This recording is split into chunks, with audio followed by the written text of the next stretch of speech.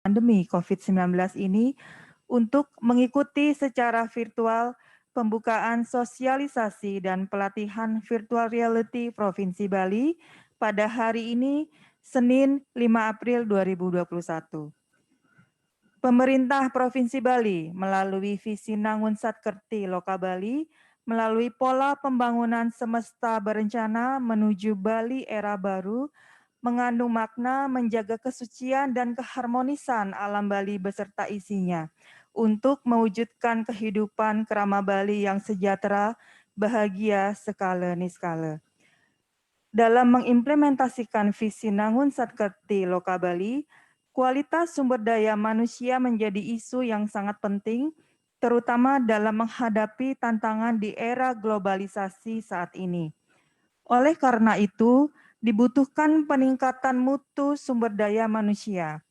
Hal tersebut sejalan dengan misi 6 pembangunan Bali tahun 2018 sampai 2023 yang bertujuan untuk mengembangkan sumber daya manusia Bali yang berdaya saing tinggi, berkualitas, bermutu, profesional, dan bermoral, serta memiliki jati diri yang kokoh berdasarkan nilai-nilai kearifan lokal Bali. Sektor pendidikan merupakan salah satu kunci penting dalam peningkatan sumber daya manusia Bali.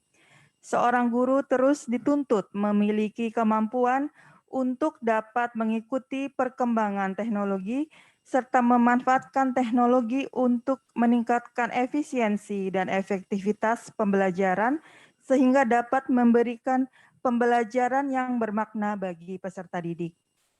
Hadirin dan peserta sosialisasi yang saya banggakan, pandemi COVID-19 telah mengubah pola pembelajaran secara masif.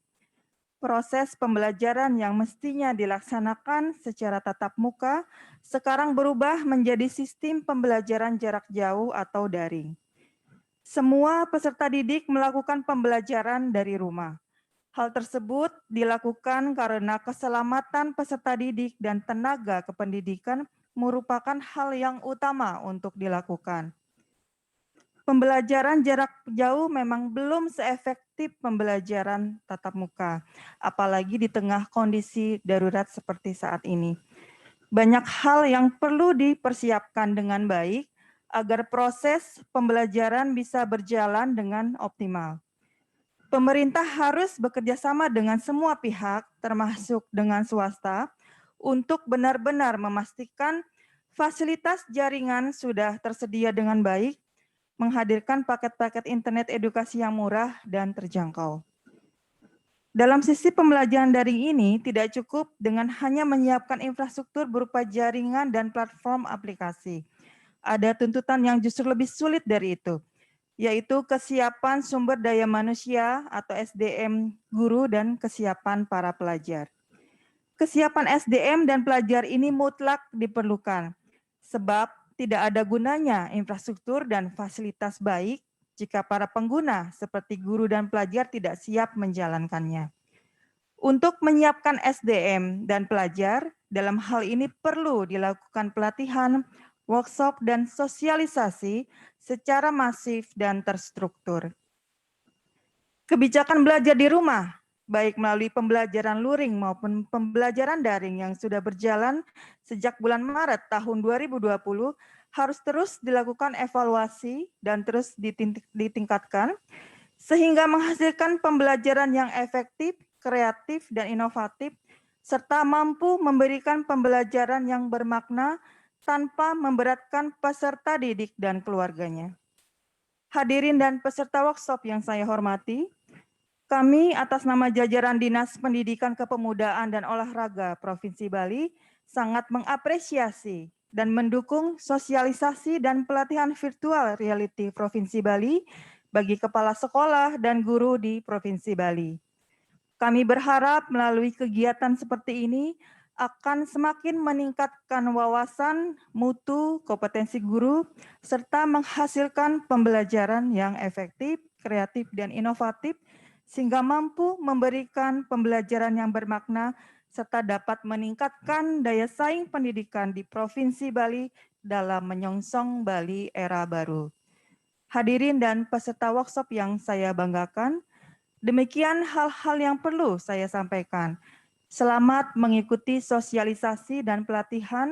Semoga ide Sang Hyang Widiwasa senantiasa melimpahkan warenugrahanya kepada kita semua dan senantiasa membimbing kita dalam mengemban tugas mulia dalam dunia pendidikan. Sekian, terima kasih. Om Santi, Santi, Santi Om. Denpasar 5 April 2021, Kepala Dinas Dr. KN Boy Jaya Wibawa.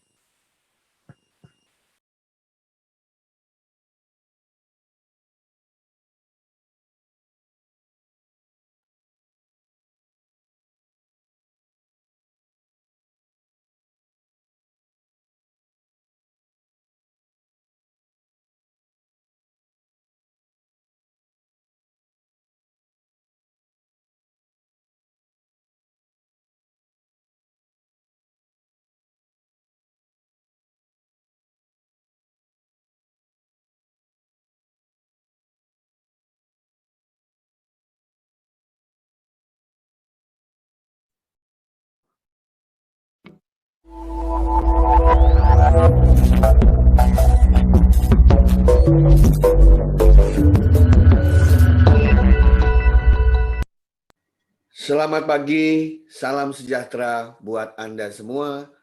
Shalom, Om Swastiastu, Namo Buddhaya, salam kebajikan bagi kita semua. Yang sangat saya hormati dan muliakan, Bapak Dr. Boy Jaya Wibawa selaku Kepala Dinas Pendidikan Kepemudaan dan Olahraga, Kadis Dikpora Provinsi Bali. Yang saya hormati, Bapak Andes Rizky selaku Managing Director dari Milia Lab, dan Bapak Ibu Kepala Sekolah beserta guru-guru yang hebat yang menghadiri acara sosialisasi dan pelatihan Milia Lab di Provinsi Bali. Perkenalkan, nama saya Richardus Eko Indrajit, saya guru besar di bidang IT, selaku Professional Advisor dan Virtual Reality Ambassador dari Milia Lab. Sangat mendukung acara sosialisasi dan pelatihan Milia Lab di Provinsi Bali ini. Dengan adanya sejumlah isu mengenai learning loss yang terjadi di berbagai negara seperti Vietnam, Jepang, United States, bahkan di Indonesia, terutama akibat COVID yang berkepanjangan ini, membuat kita sebagai pendidik harus lebih kreatif dan inovatif dalam merancang dan menerapkan proses belajar mengajar. Penggunaan virtual reality dengan Milia Lab adalah berdasarkan penelitian yang telah dilakukan sebelumnya dapat meningkatkan peran guru, emosi positif bagi peserta didik, ya, kemudian meningkatkan memori dan juga memperbaiki hasil pembelajaran bagi peserta didik karena lebih menarik, lebih menyenangkan, dan lebih kontekstual.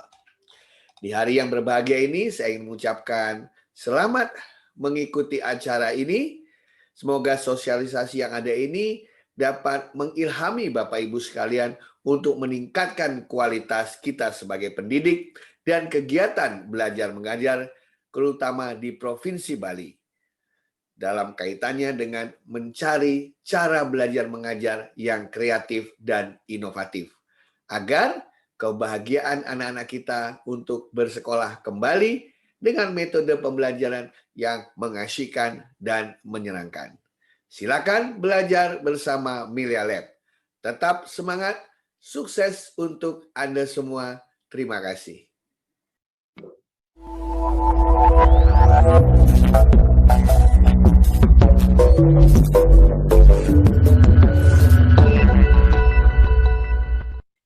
Terima kasih atas sambutan dan semangat yang telah diberikan oleh Profesor Richardus Eko Indrajit. Baiklah, acara selanjutnya adalah acara utama hari ini, yaitu sosialisasi pembuatan konten pembelajaran berbasis virtual reality yang akan disampaikan oleh Bapak Andes Rizky selaku Managing Director Milia Lab. Tapi sebelumnya, mari kita saksikan video berikut. Bagaimana jika siswa dapat mewujudkan semua imajinasi mereka? Lab, luar angkasa, atau kembali ke ratusan tahun sebelumnya? Virtual reality dapat membawamu ke sana. Akan tetapi, membuat konten virtual reality untuk pendidikan tidak mudah untuk beberapa guru. Para guru harus menguasai skill coding dan 3D, serta perangkat yang mumpuni. Di sisi lain, para guru tidak memiliki waktu dan uang untuk membuat konten VR. Hal itulah yang membuat tuntutan permintaan yang tinggi, namun penyediaan konten VR pendidikan masih sangat kurang. Tetapi, jangan khawatir, ada Milea Lab. Milea Lab adalah platform VR untuk pendidikan. Milea Lab memudahkan guru dalam membuat konten VR tanpa coding sama sekali. Dengan Milea Lab, guru dapat membuat konten VR pendidikan hanya dengan menggunakan PC spek medium hingga rendah. RAM 2 GB? Jangan khawatir, tetap bisa loh. Hanya dengan metode drag and drop, semua fitur interaksi VR dapat terintegrasi. Guru dapat mengunduh aset dan template dari cloud, pilih interaksi, buat kuis untuk penilaian kognitif, buat classroom, dimanapun. Milea Lab Viewer digunakan oleh siswa untuk melihat hasil konten VR yang dibuat oleh guru. Para siswa dapat eksplor apapun dan mengakses mode quiz. Dengan Milea Lab, guru dapat meningkatkan konsentrasi siswa hingga 6 kali lipat, serta meningkatkan pencapaian pembelajaran. Milea Lab dapat menurunkan biaya secara signifikan untuk pengadaan lab sekolah, simulasi, dan fasilitas mesin hingga 96%.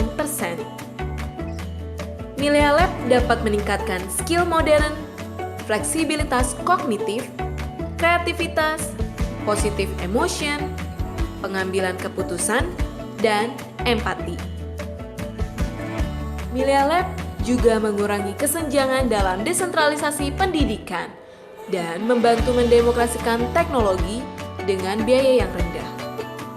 Inilah saat yang tepat untuk melakukan lompatan pendidikan dengan Milea Lab, platform VR yang terjangkau. Mari bergabung untuk wujudkan revolusi pendidikan. Bagaimana jika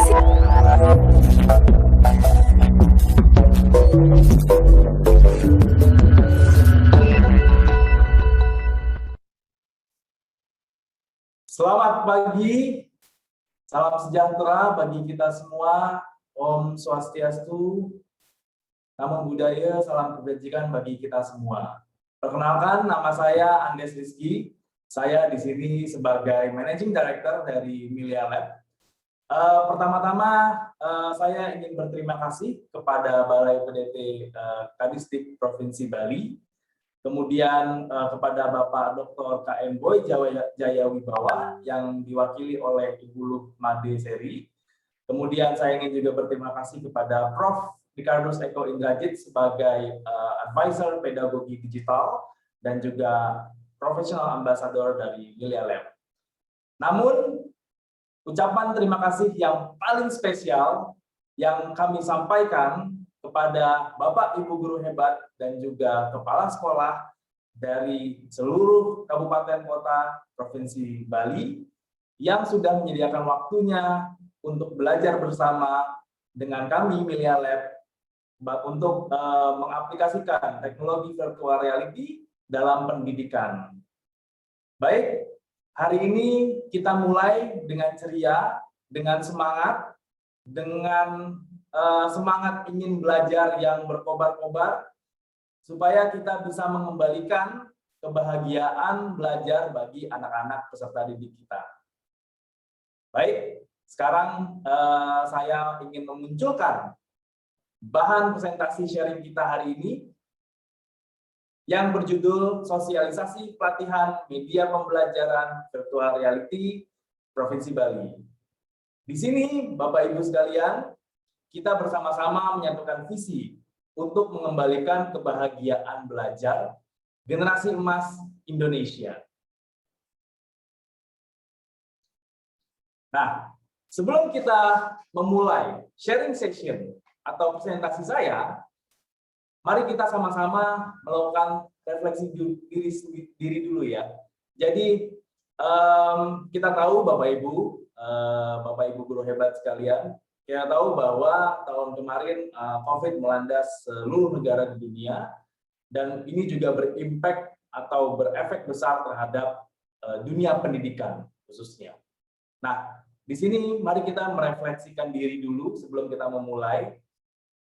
Apa yang kira-kira Bapak Ibu ketahui tentang peserta didik yang mereka rasakan ketika belajar secara daring atau hybrid. Jadi misalkan ketika nanti bulan Juli nanti ketika sekolah Bapak Ibu sekalian mungkin mendapatkan keberuntungan dan kesempatan untuk bisa kembali belajar tatap muka, kira-kira apa yang anak-anak peserta didik kita rasakan? Jadi apakah Bapak Ibu guruku tahu nih, kata si anak ini, mengerti apa yang aku dan teman-teman inginkan saat ini dan nanti. Tidak hanya sekarang, tapi saat ini dan nanti. Yuk Bapak Ibu, kita mulai sedikit permainan dulu. Jadi supaya nggak bosan Bapak Ibu, kita mulai sedikit permainan dengan merefleksikan diri. Mari kita melakukan jajak pendapat. Jajak pendapat ini bisa dilakukan, Bapak Ibu silakan akses di www.menti.com. Jadi Bapak Ibu silakan akses dulu, kita jajak pendapat dulu nih sebelum mulai. Silakan akses www.menti.com. Nanti kalau sudah akses di handphone masing-masing atau di komputer masing-masing, nanti ada kodenya, silakan masukkan kode 45252475. Nah, di situ nanti Bapak Ibu tuliskan apa yang peserta didik rasakan ketika belajar secara daring ya atau hybrid. Yuk, mari kita melakukan jajak pendapat. Saya kasih waktu 3 menit.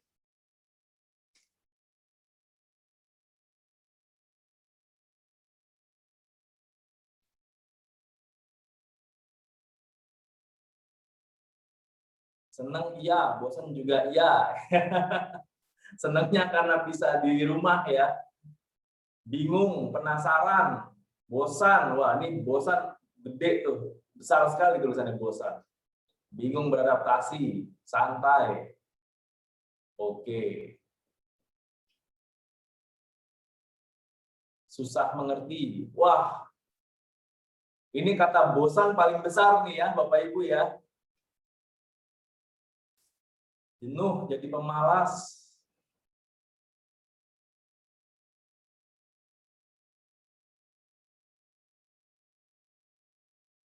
Ya, kata-kata bosan masih menjadi juara 1, juara 2-nya yang paling besar kedua kata-kata bingung. Juara 3-nya kata-kata jenuh, kemudian malas. Oke. Bosan, bingung,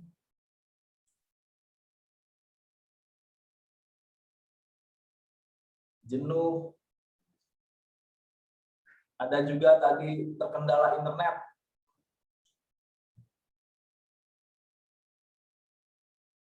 Oke, baik. Ini sudah banyak sekali insight-insight yang dikeluarkan dari hati dan kepala Bapak Ibu sekalian. Tapi di sini kita bisa lihat sama-sama ya, itu ada kata-kata yang paling besar itu bosan. Kemudian yang kedua bingung. Kemudian yang ketiga jenuh. Kemudian yang keempat itu malas. Jadi bosan, bingung, jenuh, malas. Oke. Baik. Kita stop. Terima kasih Bapak Ibu atas partisipasinya. Luar biasa sekali, aktif sekali Bapak Ibu. Baik, dari 4 kata tadi, bosan, bingung, ya, kemudian malas gitu ya. Nah, mari kita coba cocokkan dengan data yang kita dapatkan dari UNICEF tahun 2020. Jadi tahun kemarin ceritanya UNICEF ini melakukan polling. Balik. Oke. Nah, ini adalah faktanya. Hasil polling UNICEF tahun 2020, UNICEF melakukan polling yang diadakan serentak di 34 provinsi, Bapak Ibu. Dengan melibatkan 4.000 peserta didik dari segala jenjang pendidikan. Nah, di sini nampaknya klop gitu ya. Apa yang Bapak Ibu mungkin ketahui ya, Bapak Ibu guru rasakan, dan apa yang anak peserta didik rasakan. Tidak nyaman, bosan. Bosan di rumah ini lumayan tinggi persennya, sekitar 83%. Kemudian kuota internet. Kuota internet menjadi permasalahan yang cukup signifikan. Koneksi buruk juga menjadi masalah, tapi mungkin di bawah 50%. Karena ya puji Tuhannya, alhamdulillah kita penetrasi koneksi internet kita sudah semakin baik. Jadi koneksi buruk masih ada, tapi masih minimal. Yang paling besar adalah bosan.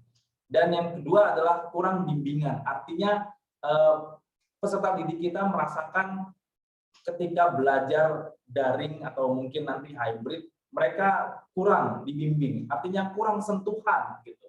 Nah, disinilah kita mengerti bahwa secanggih apapun teknologi, secanggih apapun online system dan sebagainya, kalau untuk pendidikan tetap butuh sentuhan atau hasil karya dari para pendidik yang hebat-hebat ini. Murid-murid kita atau peserta didik kita tetap membutuhkan afeksi dan juga interaksi yang benar-benar interaktif ya dengan guru-gurunya. Ya, ini data dari UNICEF. Kemudian kita main lagi, ada kuis yang kedua. Setelah ini tapi. Jadi tugas kita semua Bapak Ibu mengembalikan kebahagiaan generasi emas dalam belajar.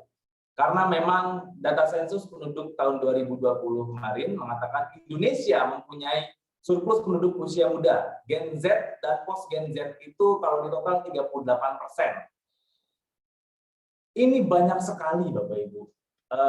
Dan ini adalah tugas kita semua, tidak hanya para pendidik, tapi mungkin juga tugas kami sebagai masyarakat, tugas kami juga sebagai pengembang teknologi pendidikan untuk bisa mengembalikan kebahagiaan generasi emas kita dalam belajar, sehingga generasi-generasi ini bisa tumbuh dengan mutu atau inovasi pendidikan yang lebih baik lagi, sehingga bisa meningkatkan daya saing peserta didik maupun para pendidik. Jadi dua-duanya harus naik ini untuk mempersiapkan ini. Dan kita semua setuju akan hal itu, termasuk dari Kadistikpora Provinsi Bali ya. Oke. Sekarang kita main lagi kuis kedua. Jadi dari Gen Z itu tadi, Bapak Ibu ya, ada Gen Z, ada post Gen Z, milenial udah nggak usah disebut karena milenial udah lulus kuliah, semuanya udah kerja. Jadi yang masih sekolah sekarang Gen Z dan post Gen Z. Kira-kira Bapak Ibu, apa yang peserta didik lakukan setiap hari dalam gawainya mereka? Jadi para peserta didik kita nih sekarang udah semuanya pegang handphone ya. Semua udah pasti punya handphone. Kalau misalkan pun masih usia SD, ya pasti mereka juga dipinjemin handphone oleh orang tuanya. Pasti mereka pernah akses ini. Mungkin ada sebagian kecil peserta didik kita yang belum mengakses, tapi sebagian besar mereka sudah mengakses. Dan pertanyaannya adalah, apa yang peserta didik lakukan setiap hari dalam gawai mereka? Kira-kira Bapak Ibu guruku nih ngerti nggak ya? Tahu nggak ya apa yang setiap hari saya akses di gawai saya? Silakan kembali lagi ke Mentimeter yang tadi. Apa yang peserta didik lakukan setiap hari dalam gawai mereka? www.menti.com, passwordnya masih sama, 45252475. Baik, kita coba bertukar pikiran. Saya beri waktu 3 menit. Oke, main game.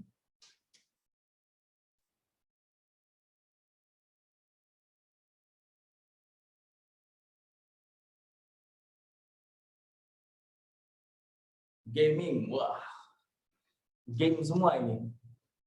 Ini kayaknya Bapak Ibu gurunya juga gamers nih. Oke, nonton YouTube, main game masih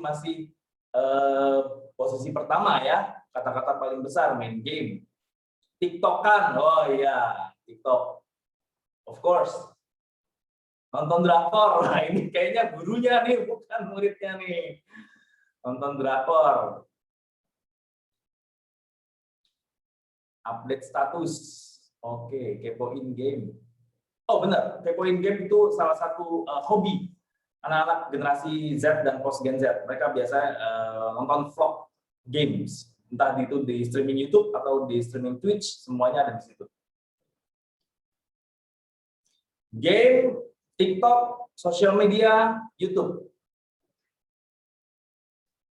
Oke, baik. Kita sudah menemukan 4 besar tadi. Game, sosial media, TikTok ya, TikTok paling besar nih. Sebenarnya sosial media termasuk TikTok, cuma ada kata-kata TikTok di sini. Game, sosial media, TikTok, dan kemudian YouTube. Oke, jadi apakah hasil tukar pikiran kita sama dengan data yang kita dapatkan dari tahun 2020? Mari kita lihat. Data dari We Are Social ini dikeluarkan dari Januari 2020. Use of mobile apps by category yang sebagian besar digunakan oleh generasi-generasi produktif, baik itu milenial, Gen Z, dan post Gen Z. Yang paling besar adalah chat apps, messengers of course, karena WhatsApp, Facebook Messengers, semuanya itu chat, termasuk chat apps ya, Telegram, dan sebagainya. Yang kedua, social networking apps, Facebook, Twitter, Instagram, itu 96%. Yang ketiga, entertainment or video apps, 83%, YouTube, Twitch, dan sebagainya. Yang keempat, games.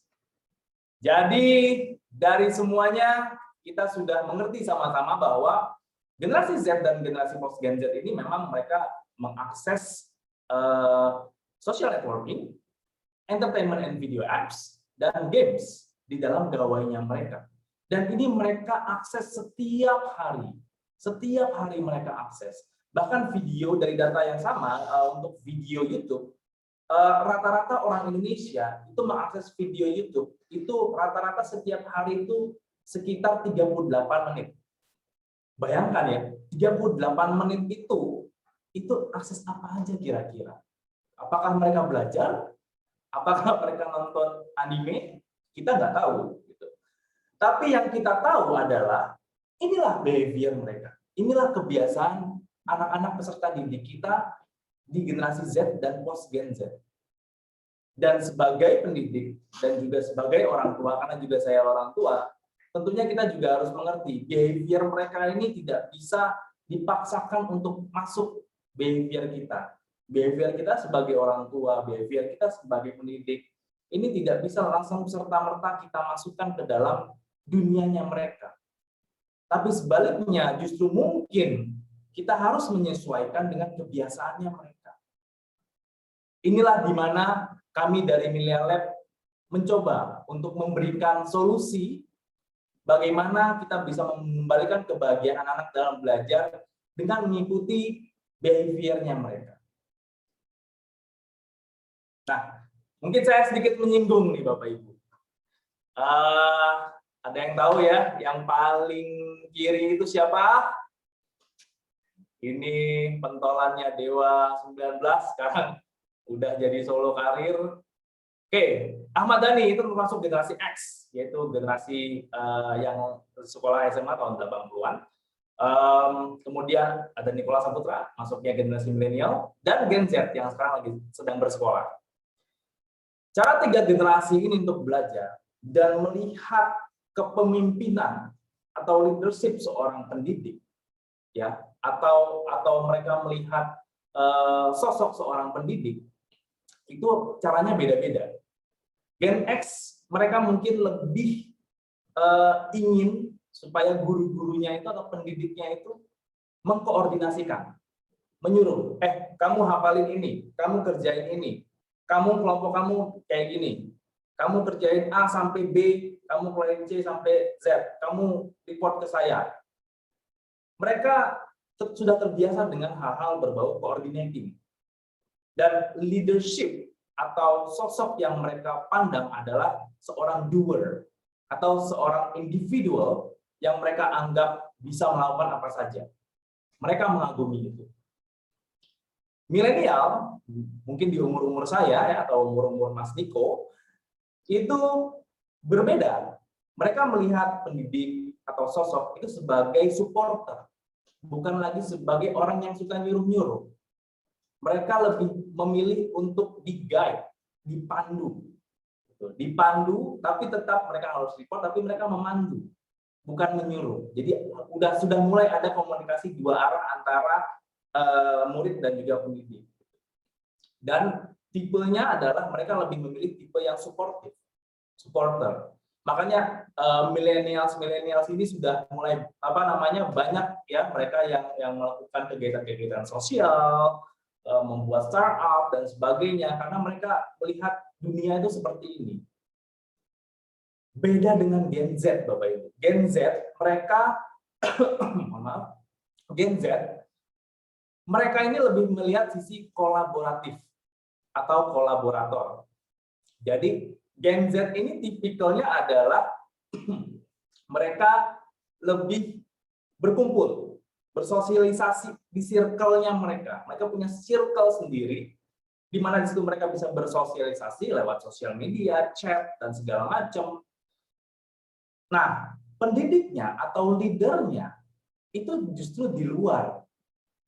Nggak bisa dia si L-nya ini ya, leadernya ini atau ininya, dia masuk gitu, maksa masuk ke mereka, jebret. Gitu.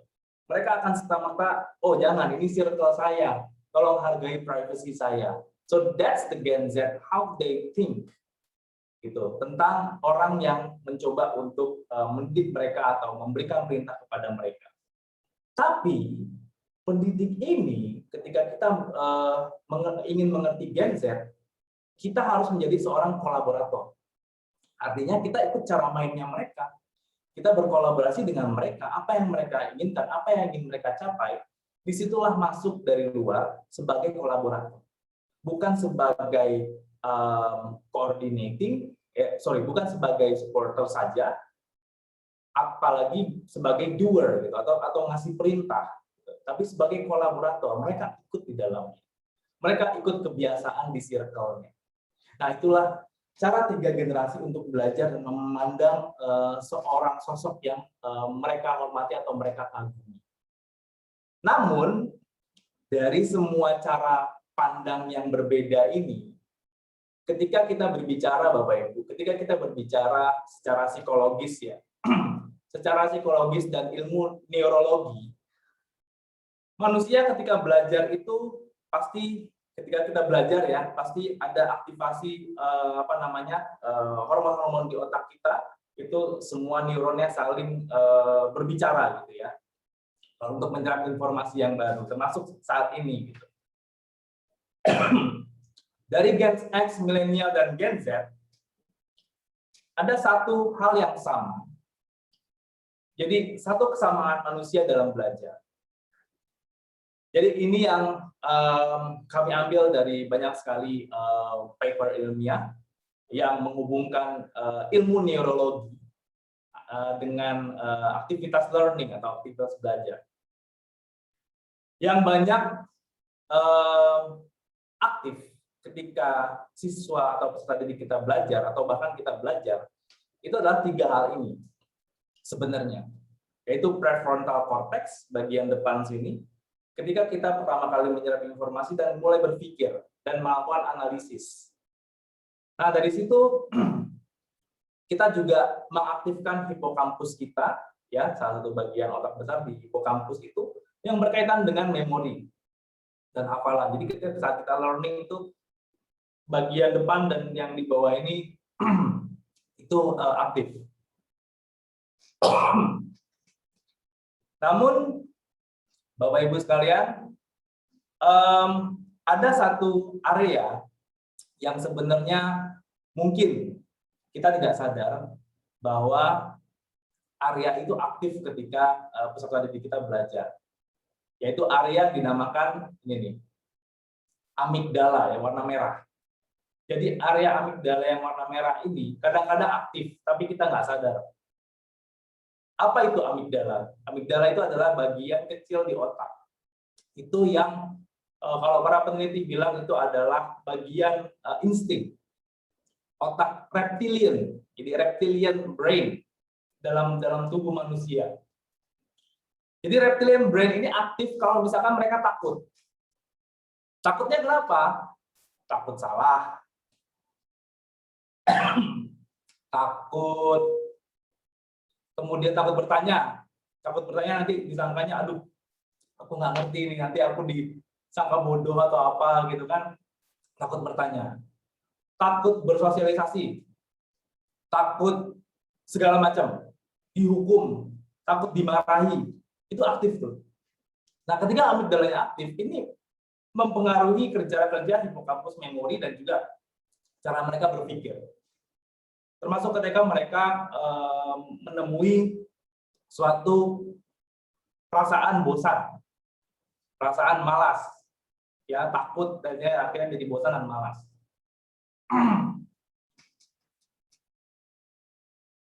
Mohon izin minum dulu ya Bapak Ibu ya.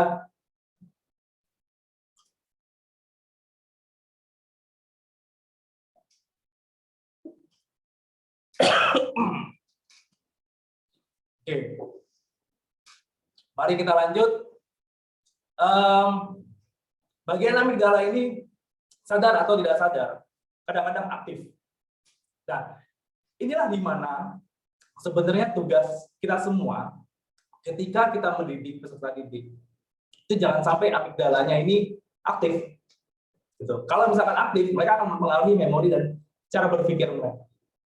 Nah, disinilah tugas kita, tugas kami juga dari Melia Lab untuk mengembalikan kebahagiaan. Bagaimana cara kita dengan teknologi virtual reality ini kita bisa menonaktifkan amigdala. Oke, mungkin kita semua bisa melihat dulu video bagaimana belajar dengan virtual reality ini bisa mengaktifkan emosi positif dalam waktu singkat.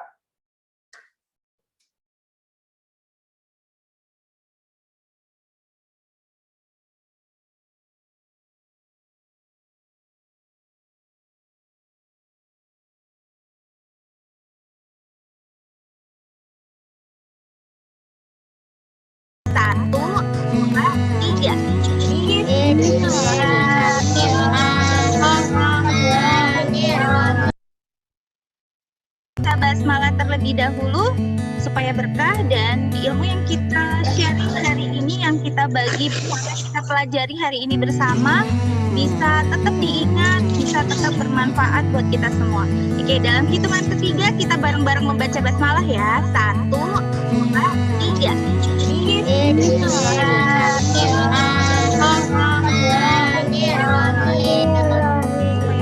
Dan ilmu yang kita sharing hari ini, yang kita bagi, kita pelajari hari ini bersama bisa tetap diingat, bisa tetap bermanfaat buat kita semua.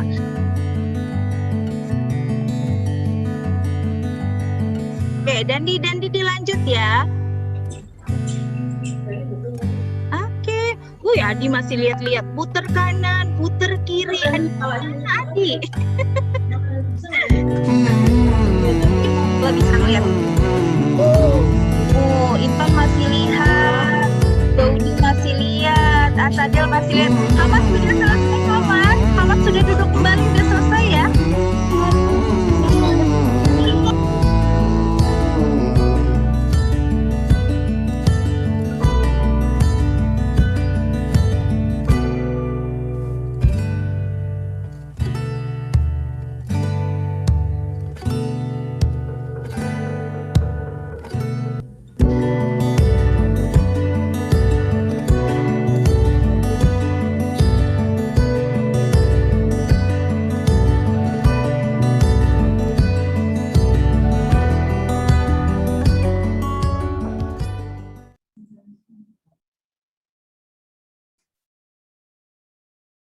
Ya, Bapak Ibu, tadi kita bisa lihat videonya sama-sama ya.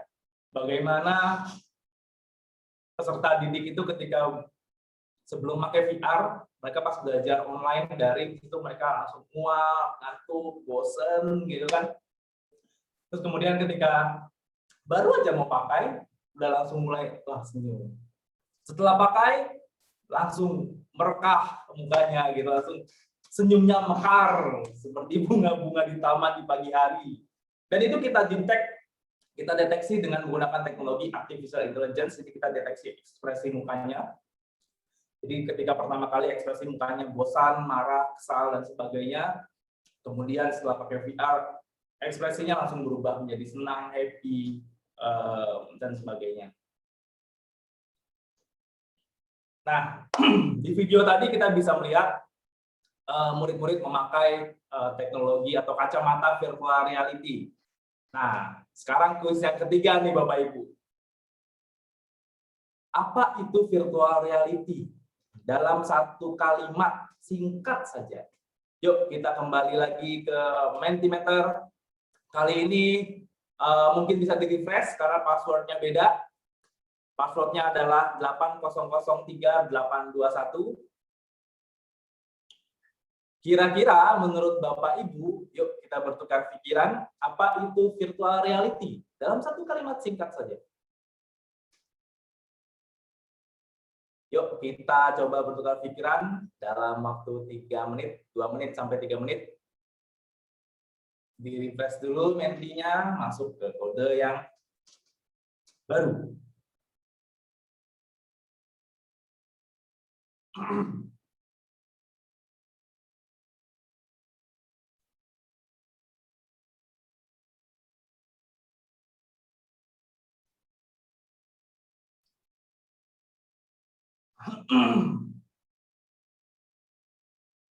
Dunia virtual, game pembelajaran 3D, dunia maya. Ada yang namanya Maya nggak di sini? Ibu Maya.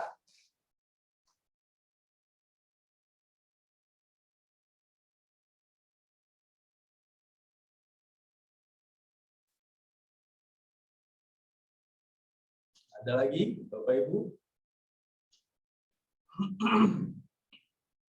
Kenyataan yang semu, asik. Kenyataan yang semu. Dunia imajinasi. Kenyataan dalam video. 3D, seolah melihat kenyataan. Dunia virtual abstrak. Oke.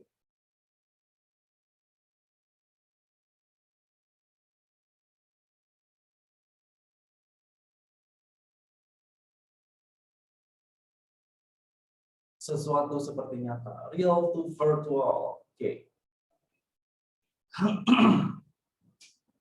3D, ada 2 kata di sini 3D. Dunia maya, oh dunia maya ini ya, jadi yang paling pertama sekarang. Dunianya Mbak Maya.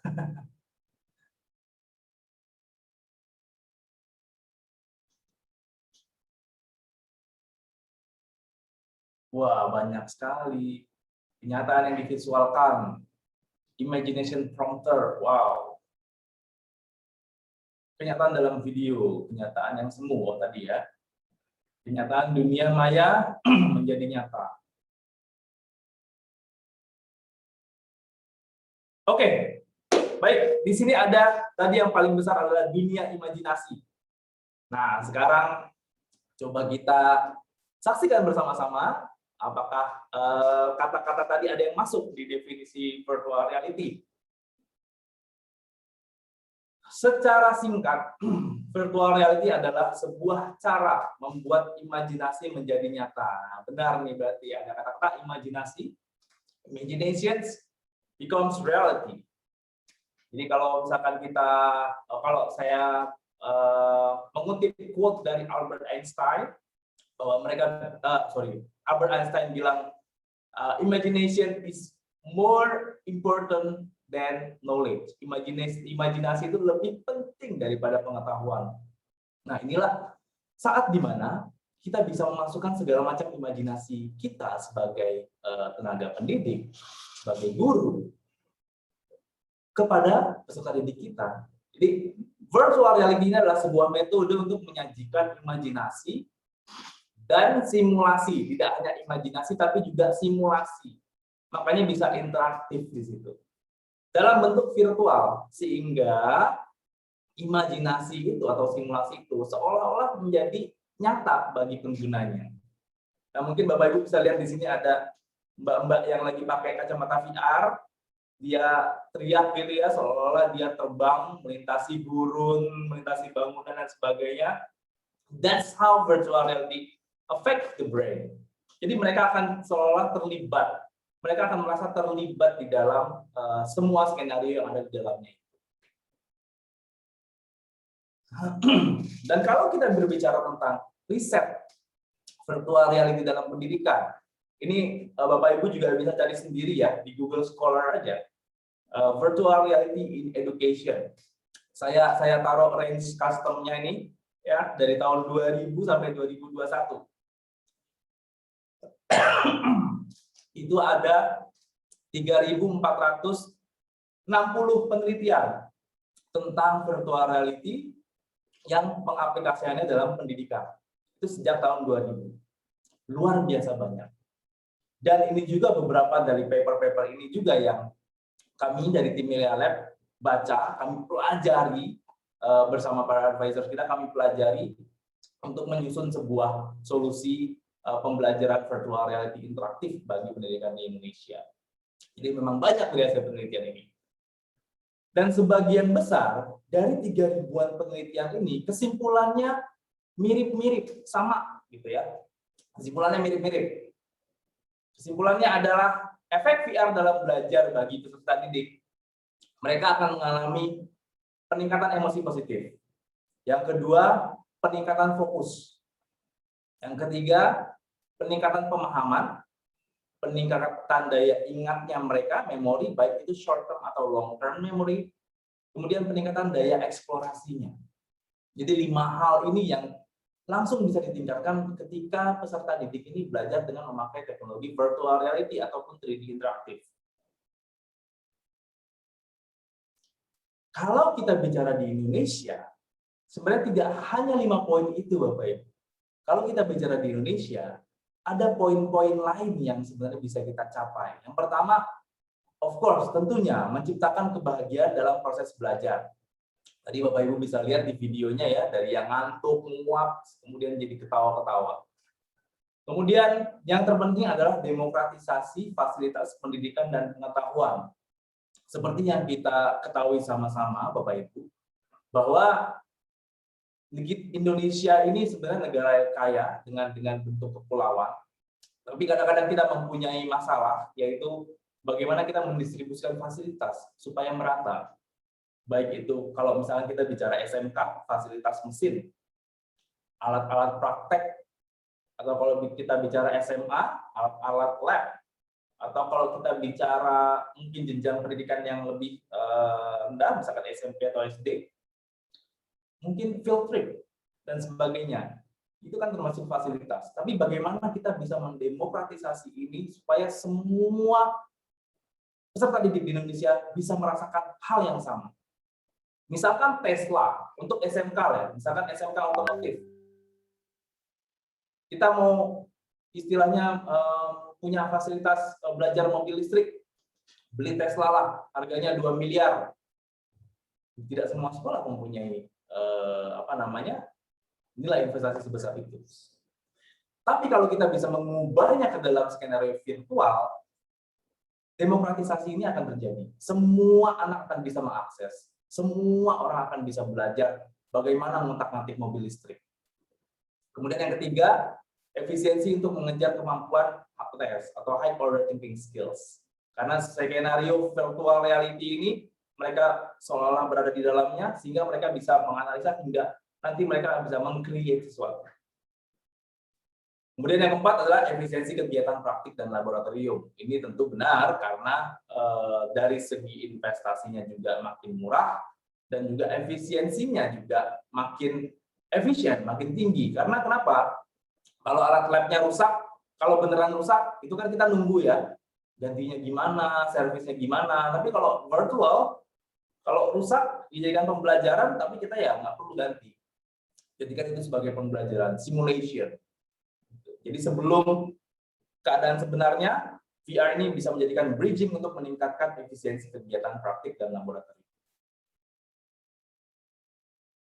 Nah, tadi kita sudah bicara tentang VR, kita sudah bicara tentang Gen Z, peserta didik kita ya, dan post Gen Z. Kemudian kita bicara VR. Sekarang kita bicara tentang Milea Lab. Milea Lab ini apa sih? Jadi mungkin seperti yang Bapak Ibu tonton di video yang awal tadi. Jadi Melia Lab ini adalah platform virtual reality untuk pendidikan khususnya di Indonesia. Kenapa Melia Lab ini kami sebut sebagai platform atau all-in-one platform? Karena yang namanya platform itu mereka akan menaungi semuanya. Jadi kita tidak hanya berbicara teknologi saja yang kita paksakan untuk masuk, tapi juga kita memikirkan juga bagaimana teknologi ini bisa diutilisasi bagi sekolah-sekolah di seluruh Indonesia, berbagai jenjang, berbagai level. Inilah tugas kami dari tim Melia Lab untuk mewujudkan itu. Melia Lab dioperasikan tidak memerlukan coding, Bapak Ibu. Jadi Bapak Ibu bisa bikin konten virtual reality sendiri, seperti video tadi, tanpa harus ngoding. Dan alat mahal untuk mengoperasikannya. Jadi seperti yang dilihat di gambar sebelah ini di salah satu SMK di Sragen, itu bahkan kita pakai mini PC buat UNBK. Yang bukan PC untuk multimedia ya, tapi mini PC yang segini yang untuk UNBK. Dan it's run perfectly smooth. Kemudian dapat digunakan online atau semi offline. Di sini kita membantu untuk memberikan solusi bagaimana kalau misalkan peserta didik sulit mendapatkan koneksi internet yang stabil. Jadi kita punya pilihan semi offline, tapi juga bisa dilakukan secara online. Nah, kita juga punya ribuan 3D siap pakai dan ratusan template sesuai dengan kurikulum K13 dan selalu kita update setiap minggu. Bahkan untuk sekolah-sekolah yang menjadi partner kami atau sekolah-sekolah yang membeli lisensi kami, kita biasanya mendengarkan dari mereka. Mas Andes atau Mbak atau Mas, kita butuh template ini, biasanya kita bikinkan. Jadi jangan takut, itu selalu kita dukung. Kemudian program pelatihan dan pembimbingan yang didasari pengembangan pedagogi digital. Jadi tidak hanya software dan hardware, tapi juga kita dalam satu package itu kita ada program pelatihan dan pembimbingan yang didasari pengembangan pedagogi digital yang tadi di-advisory oleh salah satu advisor kita oleh Prof. Ricardus Eko Indrajit. Nah, kira-kira begini cara kerja Melia Lab. Jadi Melia Lab ini ada kreator, ada viewer.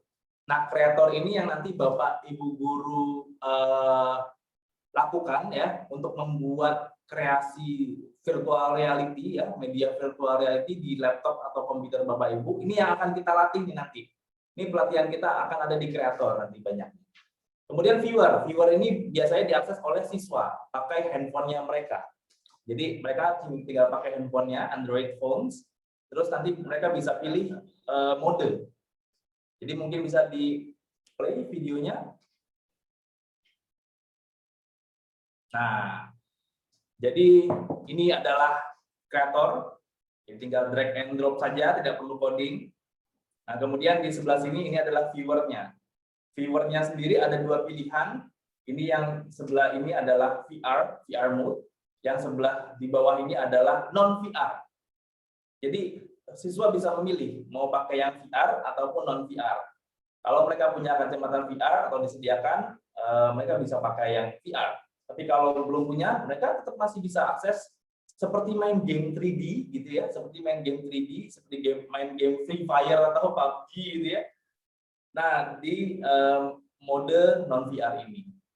Tapi semuanya sama. Cara kerjanya, kemudian sistemnya semuanya sama. Dan kreator ini yang digunakan oleh Bapak Ibu guru nanti untuk yang di sebelah sana untuk membuatnya. Untuk membuat kontennya atau memakai template-nya kemudian dibagikan ke siswa. Nanti siswa yang mengakses template ini lewat viewer ini. Kira-kira begitu simpelnya Bapak Ibu cara kerjanya Melia Lab nanti dan apa yang akan kita lakukan dalam pelatihan nanti.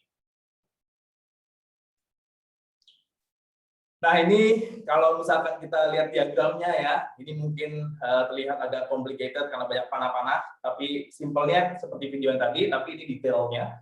Ada kreator, yaitu software VR builder yang dapat dioperasikan dengan metode drag and drop tanpa coding. Kemudian Bapak Ibu guru bisa saling sharing. Kita punya sharing system di mana guru A dan guru B mereka bisa saling kolaborasi untuk membuat satu tema pembelajaran virtual reality. Kemudian setelah itu diakses oleh murid lewat MilyaLab Viewer, bisa pakai kacamata VR atau bisa dengan mode non VR, semuanya sama.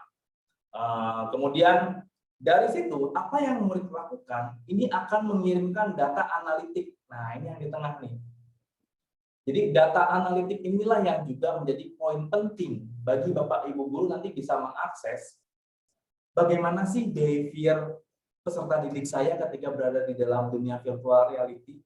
Mereka tuh dari poin A ke poin B, balik ke poin A, balik lagi ke poin B, balik lagi maju ke poin C itu berapa kali, nonton videonya berapa menit, interaksi dengan objeknya berapa kali, itu semua akan terrecord di dalam sistem MilyaLab dan kemudian Bapak Ibu nanti bisa akses di data analitiknya ini yang akan kami sediakan. Jadi ketika sekolah memakai sistem MilyaLab ini dengan complete package, sekolah dan guru-guru akan bisa dan juga murid-murid akan bisa mendapatkan semua fasilitas ini. Kreator iya, kita juga berikan alatnya juga untuk satu kelas, kemudian juga viewernya bebas untuk di-download, mau berapapun siswanya, terserah mau download berapa.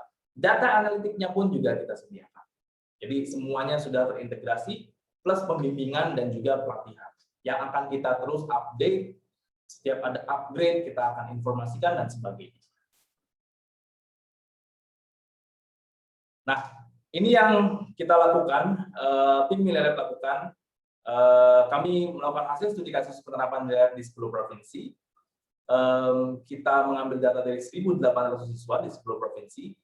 Dan terlihat di sini bahwa MilyaLab ini mampu meningkatkan 80% emosi positif saat belajar menggunakan MilyaLab. Bisa dari sini foto-fotonya, ada yang pakai VR, ada yang pakai non VR gitu ya.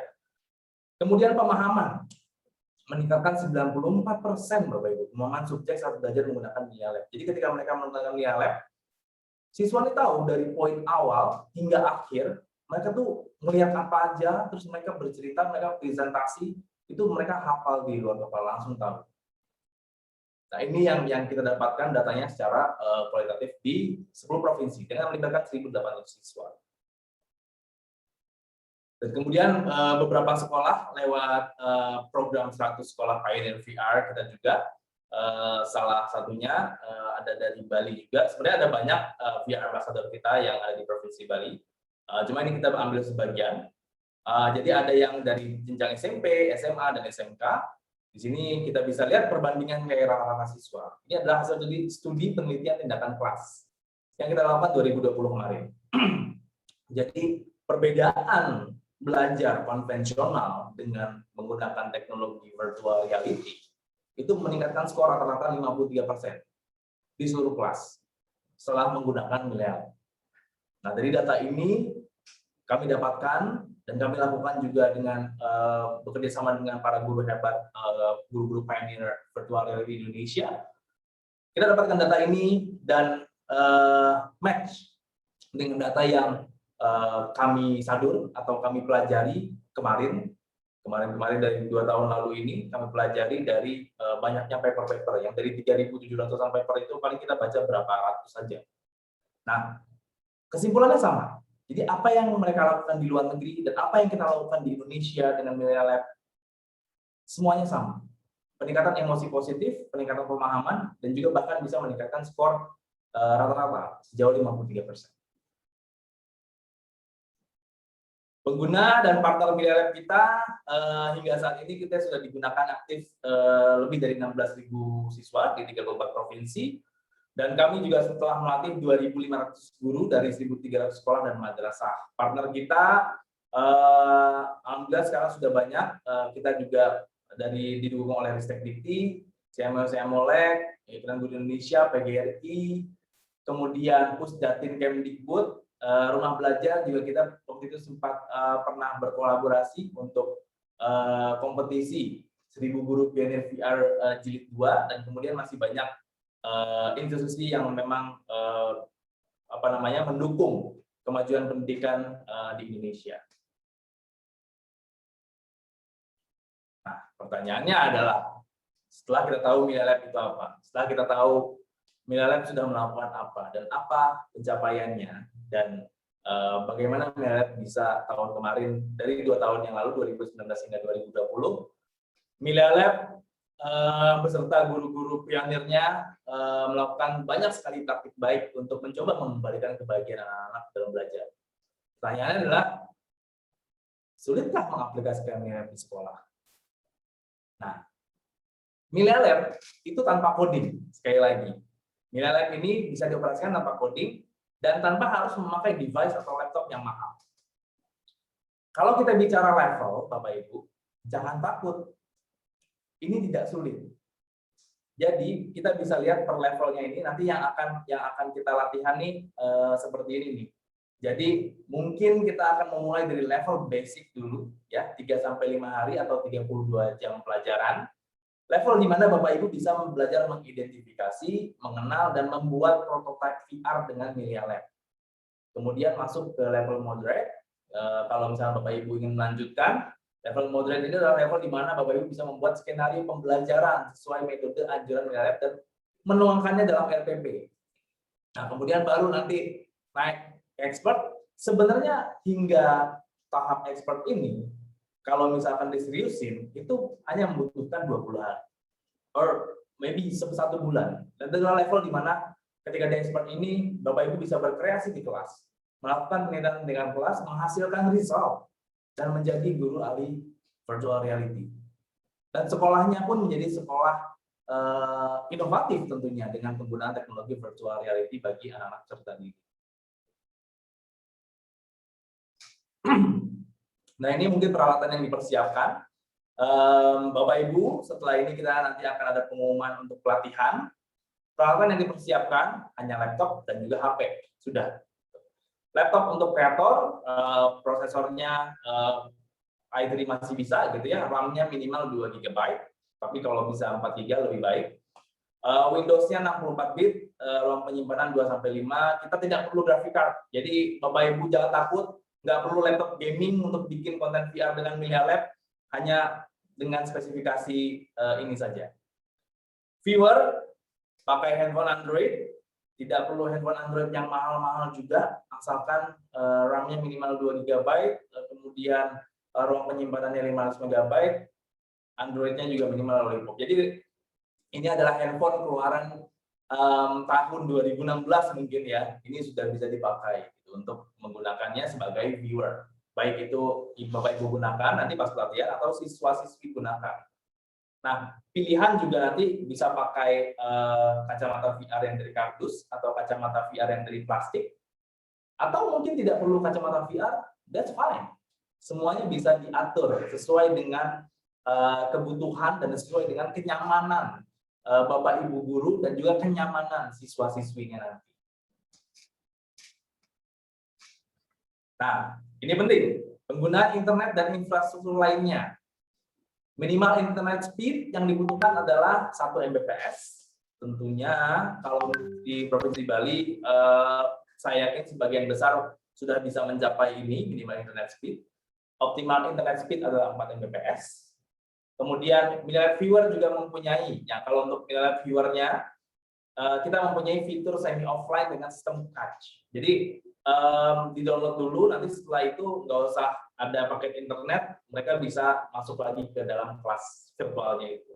Tapi kalau untuk kreator ada minimal internet speed dan juga optimal. Tapi menariknya adalah, kita pernah coba nih Bapak Ibu. Kita pernah coba menggunakan Melia Lab, kita bandingkan dengan Zoom Conference seperti sekarang. Jadi partisipannya dari 0 sampai 40 ya.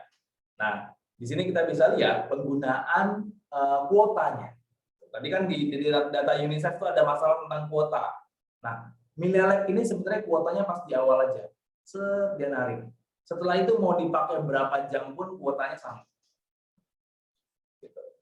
Nah, tapi kalau misalkan Zoom dan sebagainya, video conference, itu semua kuotanya akan naik. Terus seiring dengan berapa menit mereka aktif dan juga berapa partisipannya. Kalau partisipannya makin banyak, berarti kuota yang dibutuhkan makin banyak. Tapi Melia Lab, partisipannya mau berapapun, kuotanya segitu. So, inilah teknologi yang kami coba terus kembangkan, kami coba terus adaptasi, kami coba terus inovasi untuk menyediakan demokratisasi teknologi bagi sekolah-sekolah di seluruh Indonesia, Bapak Ibu. Jadi harapan kami kita bisa sama-sama menjadi pioneer pendidikan, inovasi pendidikan di Indonesia, khususnya Provinsi Bali, dengan menggunakan Millia Lab. Karena it's a complete package, gitu, paket komplit pokoknya.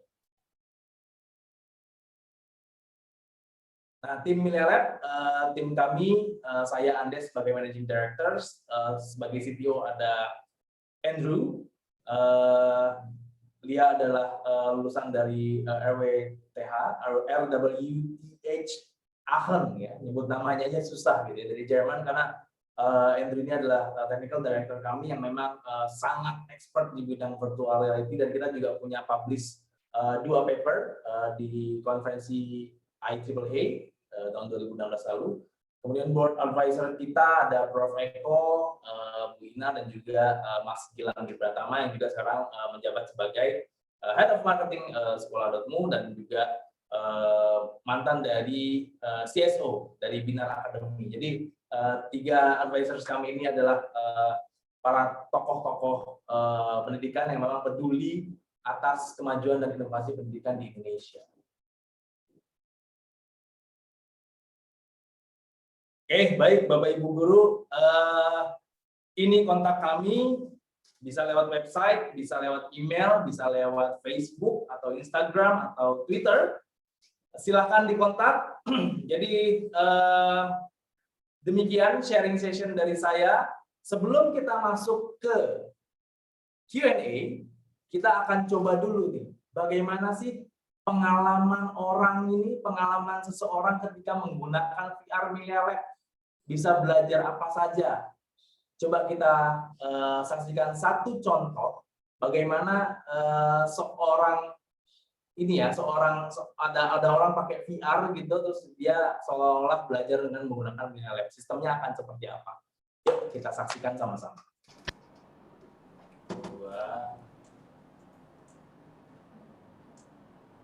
Oke.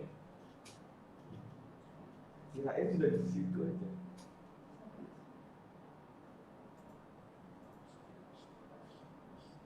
Emang suaranya kecil. Kecil banget suaranya.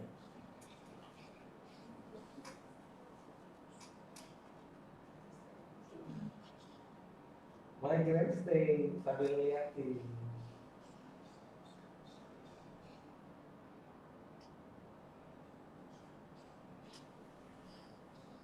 Wah, saya turun nih. Mana ada bapak-bapak? Lagi ngapain dia nih? Oh, mesin-mesinnya rusak. Saya belajar dari pabrik, ini benar-benar berasal di pabrik. Saya jalan. Saya matikan dulu deh, ini saya titik poin. Jadi jalannya pakai titik poin ini. Saya jalan lagi. Sudah matikan. Ini ada mesin CNC. Mesin CNC-nya rusak nih ceritanya, terbakar. Betul kan? Ya. Apa bisa terbakar seperti ini? Wah, ini maintenance nih disalahin nih biasanya. Mas Andes lagi ngelihat VR. Coba kita saksikan ya. Kayaknya seru banget. Coba.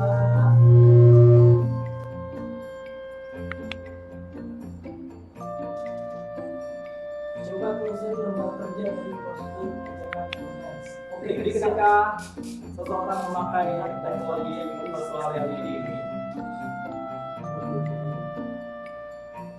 mereka akan seolah-olah berada di dalam environment gitu ya, bahkan distraksinya pun menjadi lebih kecil. Wah, mencolek-colek gitu, bakal terasa gaya ya.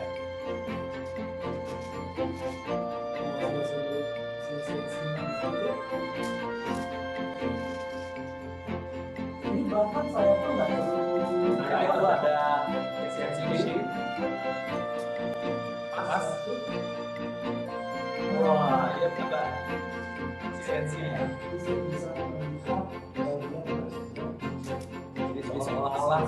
Mas Andes ini melihat esensi mesin dan kemudian bisa membongkarnya. Ini Andes 1 ya, saya Andes 2. Andes 1 sedang asik. Saya mau ngomong apa aja dia pasti tenggelam di dalam dunia virtual ini. Dan ini yang sebenarnya menyebabkan efek positif ya bagi meninggalkan emosi positif dan juga fokus. Dan tentunya kita mempunyai metode yang berbeda-beda. Jadi kalau misalkan ini ada interaksi dari gurunya pun juga bisa dengan melakukan perintah, tapi juga kalau misalkan dia akan sendiri seperti ini self learning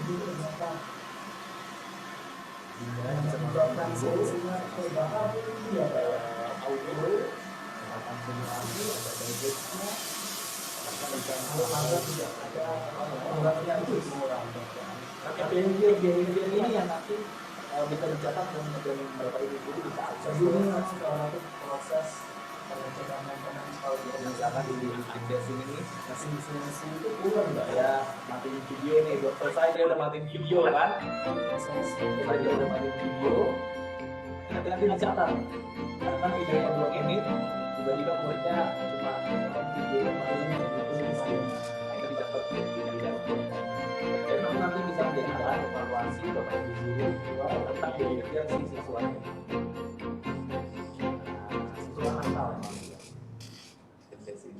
Wah, luar biasa.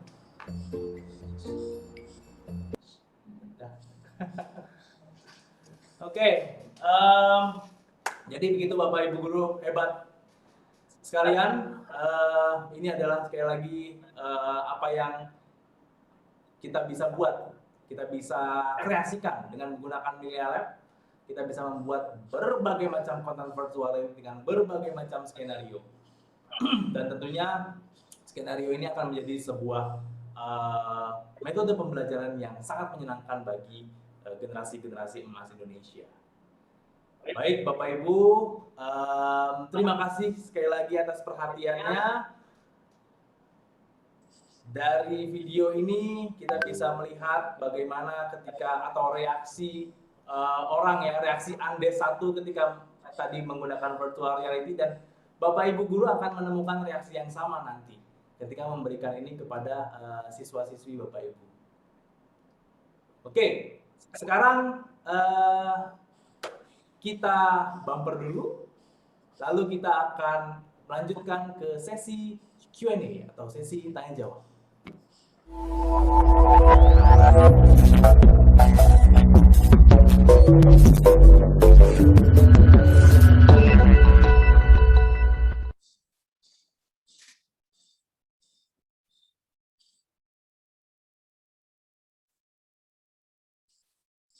Berjumpa lagi Bapak Ibu bersama saya.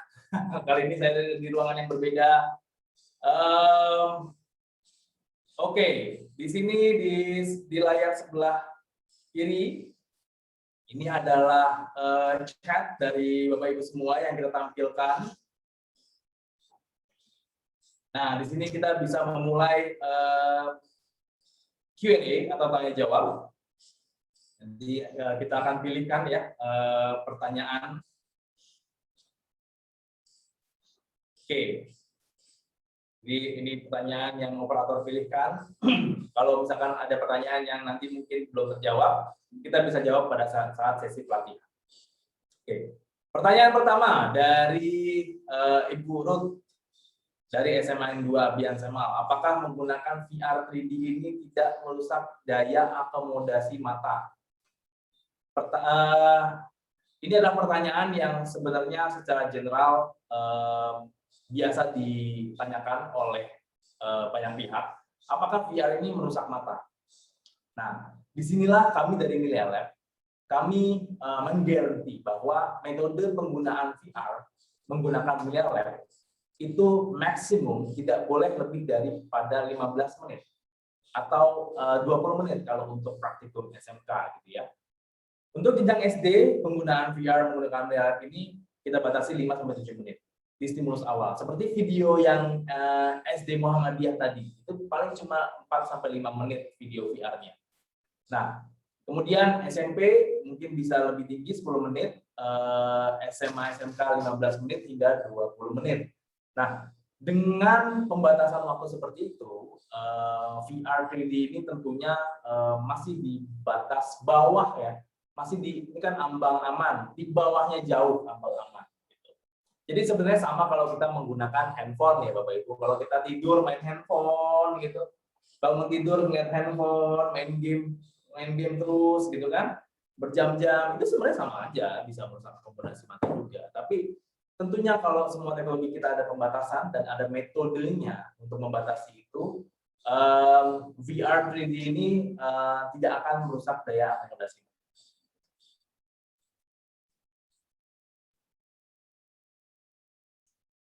Oke, ada pertanyaan dari Pak Agus Putrayasa dari SMAN 2 Kuta. Izin bertanya, saya cek di website Milea ada price list untuk lisensi Milea Lab. Ya, betul Pak. Bisa tolong dijelaskan? Bisa tolong dijelaskan untuk harga ini dan apa saja yang bisa didapatkan sesuai dengan list harganya. Oke, mungkin pertanyaan ini mewakili juga ya. Mungkin sebagian besar Pak Agus bisa mewakili pertanyaan yang mungkin juga ingin ditanyakan oleh guru-guru lainnya. Bagaimana sih sebenarnya satu sekolah Bapak Ibu ini bisa mendapatkan Milea Lab gitu ya? Harga lisensinya seperti apa gitu. Bisa cek di website gitu ya. Kita sistemnya adalah lisensi per tahun dan apa yang didapatkan itu tidak hanya software, lisensi Milea Lab software, tapi juga kita memberikan hardware-nya, alat VR-nya sejumlah 10 hingga 20 unit, tapi kita kasih bonus gitu ya, bisa kita kasih bonus. Terus kemudian pembimbingan, pelatihan, templates juga kita selalu update setiap minggunya. 3D library juga kita selalu update, dan juga ketika sekolah menggunakan Milea Lab atau membeli lisensi Milea Lab, tentunya kita akan menemani sekolah tersebut bertumbuh gitu dengan menggunakan teknologi VR. Hingga sampai ke kita akan membantu bagaimana metode pendidikan kelasnya, kita akan membimbing, kemudian dari situ selama long term 3 tahun itu nanti akan terlihat. Jadi tahun pertama itu akan mulai terlihat, nanti akan terlihat banget itu di tahun kedua atau tahun ketiga sebenarnya, setelah Bapak Ibu nanti atau sekolah mempunyai data behavior dari siswa-siswi Bapak Ibu ketika menggunakan Milea Lab atau menggunakan Milea Lab itu datanya itu data insight-nya itu bisa masuk ke dalam dashboard Bapak Ibu yang menjadi hasil analisis. Nah, kalau untuk lebih jelasnya di sini kami dari tim Milea Lab spesial Bapak Ibu untuk hari ini, untuk Provinsi Bali, untuk bagi para peserta yang ikut pelatihan ini, kita memberikan harga diskon tentunya, karena kita ingin memberikan hal yang sangat spesial. Jadi kalau misalkan Bapak Ibu bisa lihat di sini harga paket lisensi Milea 2021. Jadi kalau misalkan di website itu harga normalnya paket plus itu 25 juta. Jadi kalau dihitung per 3 tahun ya itu ada 75 juta. Tapi tentunya kita akan membuka open purchase order hingga 15 April nanti promonya. Ini nanti mungkin Bapak Ibu guru atau Bapak Ibu kepala sekolah silahkan nanti kontak ke customer service kami untuk mendapatkan informasi lebih detail mengenai ini. Saya akan menjelaskan generalnya saja. Jadi hingga 15 April ini kalau Bapak Ibu melakukan purchase order, kita akan kasih diskon 20%, yaitu dari 75 juta menjadi hanya 60 juta saja dengan kontrak 3 tahun. Nah, pembayarannya bisa dipilih 2, disesuaikan dengan kenyamanan Bapak Ibu sekalian. Kalau misalkan one time payment itu di angka 45 juta per 3 tahun. Jadi kalau one time payment bahkan lebih murah lagi, kita diskon lagi jadi dari 60 juta kita diskon lagi jadi 45 juta. Gitu. Jadi 45 juta per 3 tahun. Benefitnya kita juga kasih benefit bonus 3 akun guru tambahan. 1 akun guru itu nilainya sekitar 2 juta per guru per tahun. Jadi kita kasih bonus 3. Jadi kalau di total 6 juta. Kemudian free 10 template per mata pelajaran ini yang akan kita berikan ke sekolah Bapak Ibu kalau melakukan one-time payment. Tapi kalau misalnya Bapak Ibu nyamannya pakai cicilan, kita juga ada. Jadi tetap kita kasih diskon 20%, 60 juta dengan kontrak 3 tahun. Ketentuannya ketika Bapak Ibu melakukan purchase order, 1 bulan kemudian membayar commitment fee sebesar 5 juta, kemudian dicicil setiap pembayaran setiap 3 bulan sebesar 5 juta.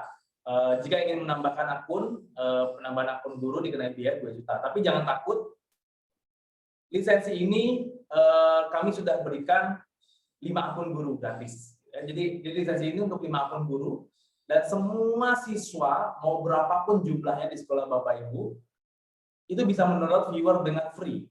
Jadi mereka tidak ada bayar membayar gitu ya. Semuanya free. Yang membayar adalah dari pihak Bapak Ibu, tentunya dari pihak sekolah. Kemudian setelah nanti di tahun pertama, tahun kedua, nanti kita akan ada program menarik lainnya yang nantinya bakal akan bisa memberikan benefit lebih ke sekolah Bapak Ibu sekalian.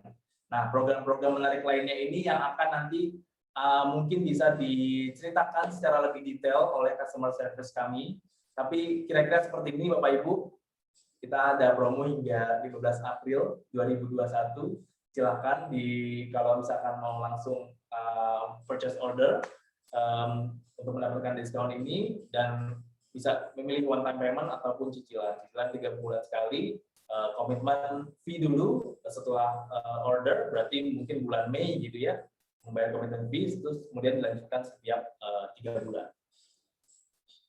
Oke, ini kalau misalkan untuk pertanyaan harga. Untuk lebih lanjutnya nanti akan disampaikan oleh tim marketing dan tim sales Unilever atau tim customer service Unilever. Terima kasih Pak untuk pertanyaannya. Pertanyaan ketiga. Mungkin ini pertanyaan terakhir ya, karena mungkin sudah lewat 1 jam juga. Dari, Ibu ini belum putu, Chandra Yastari. Apakah semua mata pelajaran dapat menggunakan VR? Dan bagaimana cara kita mengatur penggunaan VR jika kita dilakukan di sekolah dengan jumlah siswa yang banyak dalam satu kelas? Oke. Ini pertanyaan yang ada hubungannya dengan metode ya. Kalau ditanya, apakah semua mata pelajaran dapat menggunakan VR? Jawabannya adalah bisa. Tapi kalau misalkan pertanyaannya, apakah semua mata pelajaran itu perlu menggunakan VR? Ya, kalau misalkan sudah ada metodenya. Nah, misalkan gini, contoh pelajaran akuntansi, menghitung balance sheet gitu ya. Udah ada software software untuk menghitungnya, balance sheet-nya seperti apa, atau mungkin menulis manual gitu ya. Nah, proses seperti ini sebenarnya tidak perlu pakai VR gitu. Tapi kalau kita ingin misalkan mengirimkan siswa ini atau siswi ini, mengirimkan peserta didik kita seolah-olah mereka ada di kantor. Mereka di kantor duduk sebagai accountant. Terus kemudian datang temannya datang kan, cukup temannya datang nanyain tentang misalkan purchasing. Kita purchase barang ini nih. Sekian, tapi ininya belum masuk. Kita mau masukinnya di aset, tapi ternyata bos kita kok masukinnya di project. Nah, ini kan menjadi satu simulasi virtual gitu ya, seolah-olah role play dia menjadi si akuntan itu. Nah, bagaimana dia memutuskan ini mau dimasukin ke kas yang mana gitu. Dan dia seolah-olah ada di kantor, dia ngobrol sama temennya, terus kemudian mungkin kita bisa bikin dia masuk ke ruangan bosnya, nanya segala macam, dokumennya seperti apa, melihat video, seperti ini. Dan setelah itu lepas kacamata VR-nya atau mungkin lepas dari gawainya, habis itu kita lakukan istilahnya assessment langsung gitu ya, menanyakan bagaimana situasi di sana. Mereka disuruh bercerita balik, bagaimana situasi di sana, apa yang terjadi di sana, problemnya apa, bagaimana cara mengatasinya. Nah, inilah kekuatan virtual reality. di mana yang tadinya hanya ngitung-ngitung segala macam atau pakai software gitu kan, melihat layar komputer, tapi kita tenggelamkan peserta didik kita ini dalam simulasi yang benar-benar nyata. Itu untuk akuntansi misalnya. Terus kemudian untuk sejarah, of course kita bisa mengirimkan siswa-siswi kita ke Mesir atau kemana gitu ya, ke zaman purba dan sebagainya. Kemudian geografi, ya bisa. Matematik terutama untuk soal-soal cerita. Misalkan bagaimana sih pengaplikasian trigonometri untuk menghitung misalkan lebar dan tinggi reklame supaya bisa dilihat dari arah timur dan barat. Misalkan kita pengusaha reklame, terus kita mesti ngitung berapa lebar reklame, tingginya berapa supaya bisa dilihat oleh mobil yang geraknya itu 80 km atau 60 km per jam, harus dilihat dalam waktu 10 detik. Nah, ini kan sebenarnya perpaduan antara ilmu fisika dan ilmu matematika yang memang secara real kalau kita bekerja di perusahaan periklanan sebagai engineer-nya atau teknisinya, kita harus tahu bagaimana cara menghitungnya. Dan ini yang bisa kita berikan kepada siswa-siswi kita secara langsung. SMK, farmasi, mesin, otomotif, semuanya bisa disimulasikan. Jadi pertanyaan kuncinya adalah how to-nya, metodenya seperti apa. Kita mau ngasih ini untuk SD dalam waktu 5 menit, kita mau kasih apa? Bagaimana cara kita meletakkannya dalam RPP kita? Nah, ini yang akan kita bimbing sekolah Bapak Ibu. Millennium ini tidak hanya memberikan solusi berupa software dan hardware, tapi sekali lagi kita akan bimbing guru-guru di sekolah tersebut ya yang membeli lisensi Millennium atau memakai lisensi Millennium untuk bisa inovatif, gitu, mengoptimalisasi teknologi VR dalam RPP pembelajaran. Dan bagaimana cara kita mengatur penggunaan VR? Kalau siswanya banyak, nah ini lagi-lagi ini metode sebenarnya. Ini yang akan kita pelajari dalam pelatihan nanti, Bapak Ibu. Jadi metode ada banyak ya. VR ini sangat cocok kalau misalkan ditaruh dalam berbagai macam metode blended learning. Blended learning itu bisa dilakukan di kelas, bisa dilakukan di hybrid, ada yang offline online. Misalkan kita pakai flip learning, gitu ya. Flip learning ketika anak-anaknya lebih aktif di rumah seperti sekarang, kemudian mengerjakan tugas, dia kembali ke sekolah, tinggal ngomongin tentang tugas tersebut. That's a flip learning. Tapi menggabungkan teknologi dengan interaksi di kelas. Nah, flip learning ini bisa aja misalkan siswanya mereka beli Google Cardboard yang kardus yang harganya 20 ribuan gitu. Tapi kalau misalkan mereka tidak bisa atau tidak bisa membeli itu atau mungkin stoknya habis atau gimana, mereka bisa pakai metode yang 360 tadi. Jadi kan ada 2 metode tadi itu ya. Ada yang 360, ada yang non VR, ada yang pakai VR, ada yang non VR. Yang non VR pun mereka masih tetap bisa akses. Gitu. Nah, jadi sebenarnya kacamata VR ini tidak harus, gitu. Tapi jika ingin lebih imersif, ya pakai kacamata VR. Karena metode-metode Millennium ini ada banyak sesuai dengan identifikasi nanti. Dari hasil identifikasi ini nanti kita akan coba ada beberapa rekomendasi metode yang bisa dilakukan Bapak Ibu guru nanti, dan kita akan mendapatkannya dalam pelatihan.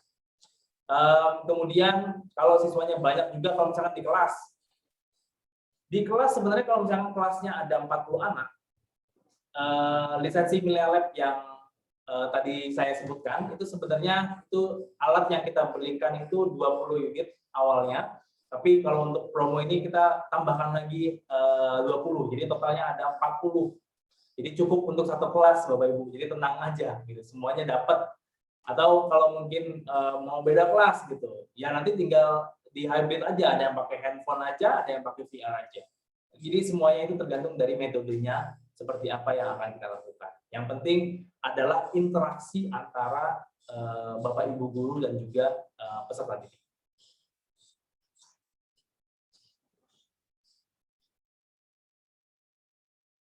Oke, baik. Moderator, bagaimana? Apakah dicukupkan? Oke, saya udah dikasih jempol, sudah dikasih jempol saya. Terima kasih sekali lagi Bapak Ibu guru hebat yang sudah meluangkan waktunya untuk hadir dalam acara sosialisasi pelatihan ini. Ini baru pintu masuk Bapak Ibu, baru gerbang masuknya. Nanti setelah ini kita akan umumkan pelatihan dan bagaimana sistem pelatihannya, secara lengkapnya seperti apa, oleh Mbak Jelita yang tadi sebagai moderator juga. Kemudian setelah itu akan dibagi, Bapak Ibu akan dibagi ke dalam grup-grup sesuai dengan kabupaten atau kotanya. Nah, dari situ baru akan ada pengumuman-pengumuman lainnya dari kami. Kemudian jika ada pertanyaan lebih lanjut mengenai bagaimana bekerja, kemudian pertanyaan teknis, atau mungkin bahkan ingin langsung PO, silakan Bapak Ibu nanti kontak ke customer service kami atau tim marketing atau sales Milea. Tentunya saya Andes Rizky berterima kasih sekali lagi kepada UPDT Provinsi Bali, kepada Ibu Lukmade Seri, kemudian titip salam kepada Pak Boy sebagai Kepala Dinas Pendidikan Kepemudaan dan Olahraga Provinsi Bali. Saya juga terima kasih yang sangat-sangat spesial pada Bapak Ibu guru yang telah hadir dan juga Bapak Ibu kepala sekolah juga yang telah hadir dan meluangkan waktunya.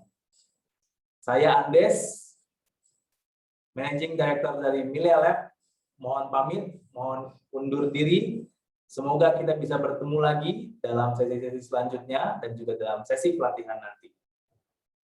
Baik, selamat siang, Om Santi Om. Namo Buddhaya, salam sejahtera, semuanya sehat selalu, salam semangat, mengembalikan kebahagiaan anak-anak Indonesia dalam belajar. Terima kasih.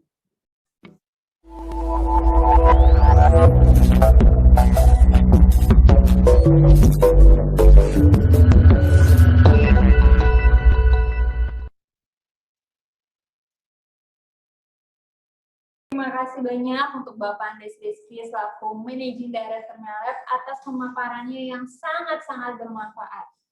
Wah, ternyata luar biasa sekali ya pengaruh virtual reality dalam pembelajaran nih. Gimana Bapak Ibu?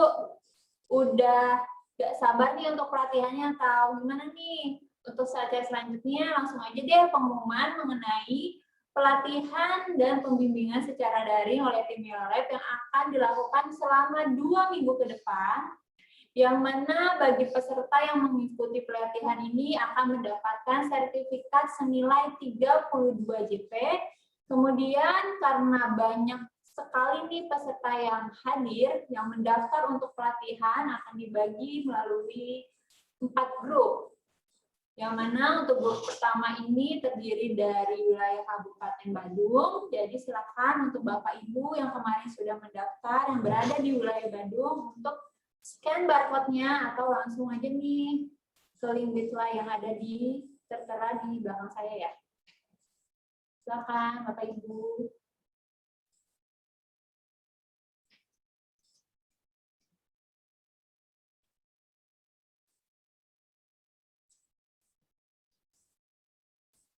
Untuk informasi bahwa pelatihan ini adalah pelatihan pembuatan konten pembelajaran berbasis virtual reality untuk yang basicnya ya Bapak Ibu. Jadi nanti akan ada pelatihan pembimbingan dari tim Milea Lab yang mana waktunya akan kita sepakati bersama yang akan dilakukan secara daring sampai dengan Bapak Ibu berhasil dalam pembuatan konten pembelajaran berbasis VR. Ini untuk grup satunya, kemudian untuk grup 2, silakan. Karena pendaftaran kemarin dari Kabupaten Badung luar biasa sekali nih. Jadinya kita split lagi, yang kedua ada terdiri dari Badung, kemudian dari wilayah Bangli dan Buleleng. Silakan untuk di-scan barcode-nya atau langsung kunjungi Bitly yang tertera di belakang saya. Dan jangan lupa Bapak Ibu nanti mengisi presensi untuk pelatihan Bali yang akan dituliskan di kolom chat ya oleh operator kami.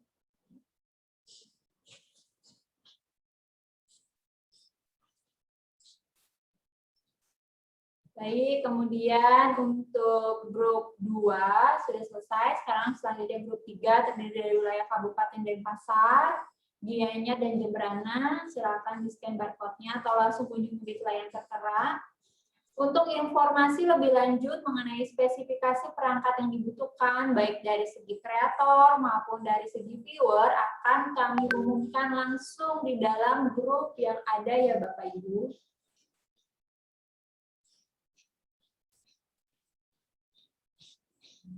Baik, selanjutnya mungkin di grup 4. Terdiri dari Kabupaten Karangasem, Kelungkung, dan Tabanan. Silakan di-scan barcode-nya dan langsung aja masuk ke link yang ada. Untuk Bapak Ibu yang tertinggal, scan barcode dan lainnya bisa langsung WhatsApp ke saya, Jelita, di nomor 0812 9881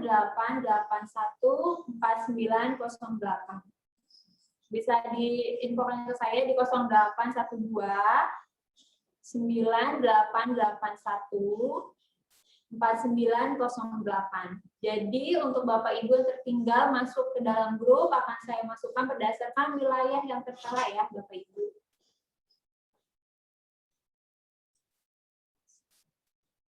Dan jika ada Bapak Ibu yang ingin menanyakan lebih lanjut mengenai price list yang tadi Mila Lab berikan maupun skema pembayarannya, dapat infokan juga ke Jelita ataupun Mas Andre yang merupakan account eksekutif Mila Lab di nomor berikut tertera ya Bapak Ibu ya. Silakan di sini. Boleh langsung menghubungi Jelita maupun Mas Andre untuk informasi pelatihan ataupun price list Mila Lab yang tadi sudah dijelaskan oleh Mas Andre.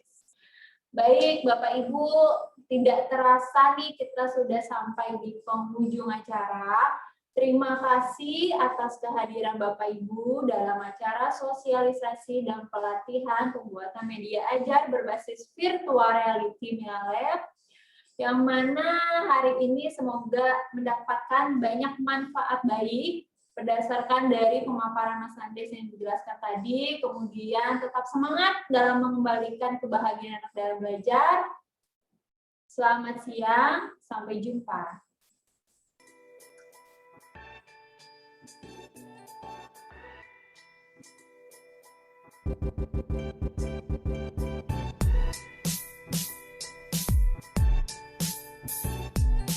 Pembelajaran biologi menjadi lebih menyenangkan.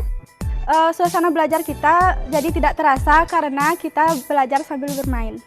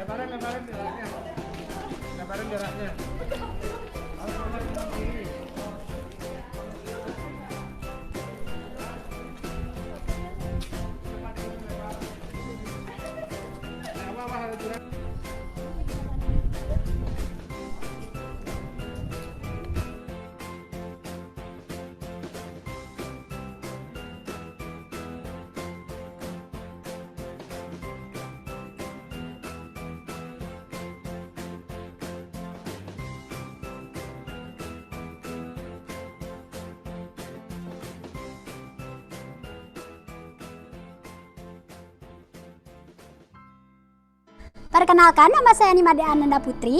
Saya dari kelas 10 MIPA 4. Saya berasal dari sekolah SMA Negeri 2 Abian Semal.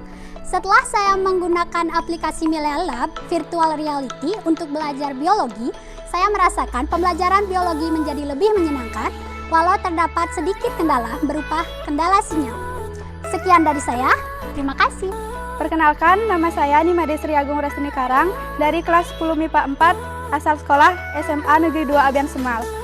Setelah saya menggunakan VR Milea Lab tadi, kesan saya suasana belajar kita jadi tidak terasa karena kita belajar sambil bermain. Halo, perkenalkan, nama saya Rutmai, guru biologi di SMA Negeri 2 Abian Semal. Saya sangat senang menggunakan VR ini karena dengan menggunakan VR ini pembelajaran menjadi lebih bermakna ya. Saya sangat senang tadi menggunakannya karena saya juga merasakan saya seolah-olah berada di dalamnya. Dan menurut saya pembelajaran dengan menggunakan VR ini siswa-siswi menjadi lebih senang dan juga lebih mengerti akan pembelajaran yang diterimanya. Sekian testimoni dari saya, terima kasih. Halo, saya Ika Desi Budiarti, salah satu guru matematika di SMA Negeri 2 Abian Semal. Saya sendiri adalah salah satu dari peserta workshop yang diadakan Milea Lab dalam program 100 Sekolah Pioner VR Indonesia. Nah, selama mendampingi anak-anak melakukan uji coba dan penyiapan bahan ajar berbasis virtual reality ini, saya mendapat kesan bahwa pembelajaran menjadi lebih menyenangkan, menjadi lebih seru karena anak-anak tidak berasa belajarnya. Mereka bermain sambil belajar. Semoga ke depan pengembangan teknologi VR ini semakin banyak dapat digunakan dalam pembelajaran-pembelajaran untuk menemani anak-anak digital natif kita di sekolah. Terima kasih.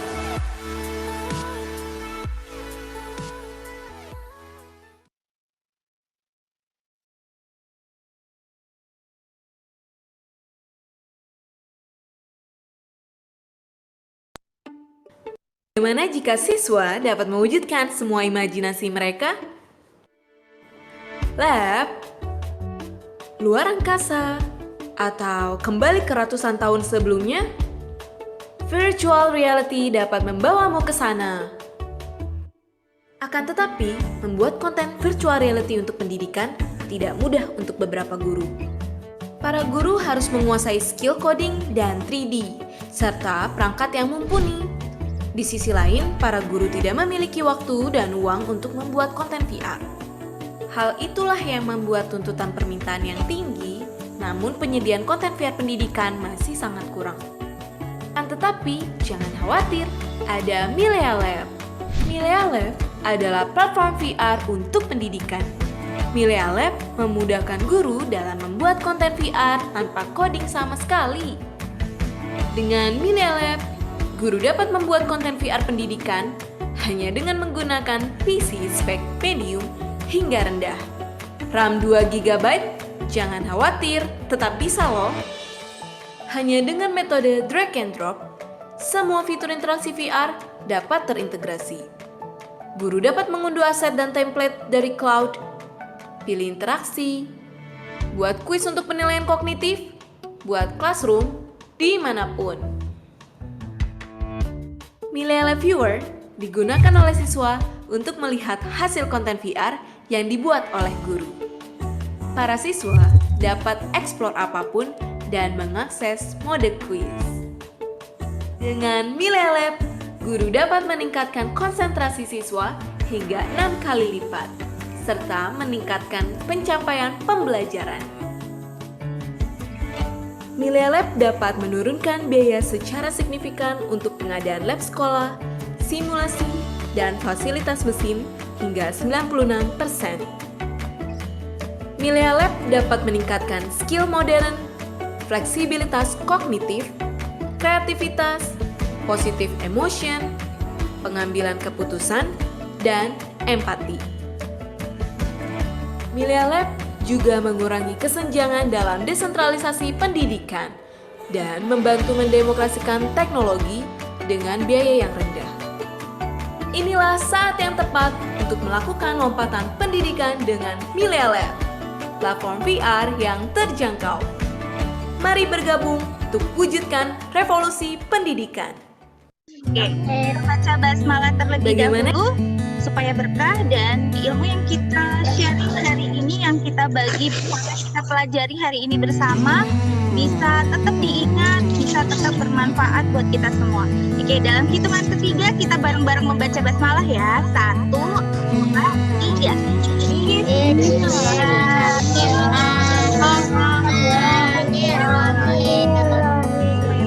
Dan ilmu yang kita sharing hari ini, yang kita bagi, kita pelajari hari ini bersama bisa tetap diingat, bisa tetap bermanfaat buat kita semua.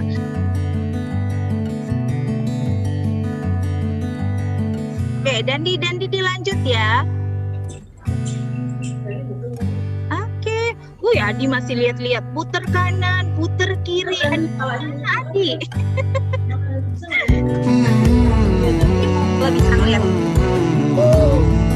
Intan masih lihat, Daudi masih lihat, Asadel masih lihat. Hamad sudah selesai, Hamad sudah duduk kembali, sudah selesai ya.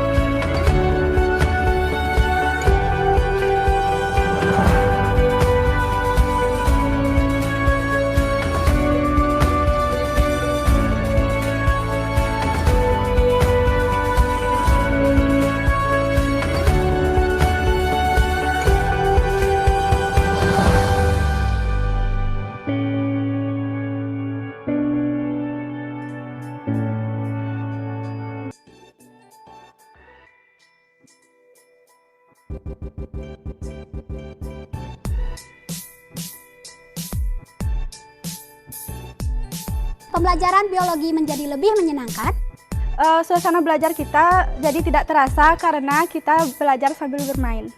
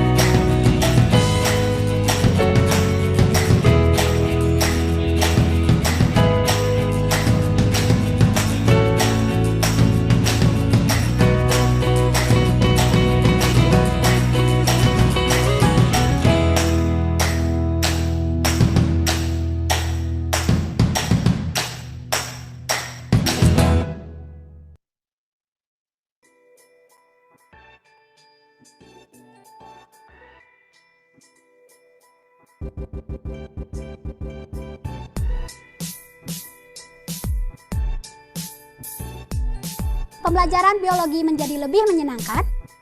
Suasana belajar kita jadi tidak terasa karena kita belajar sambil bermain.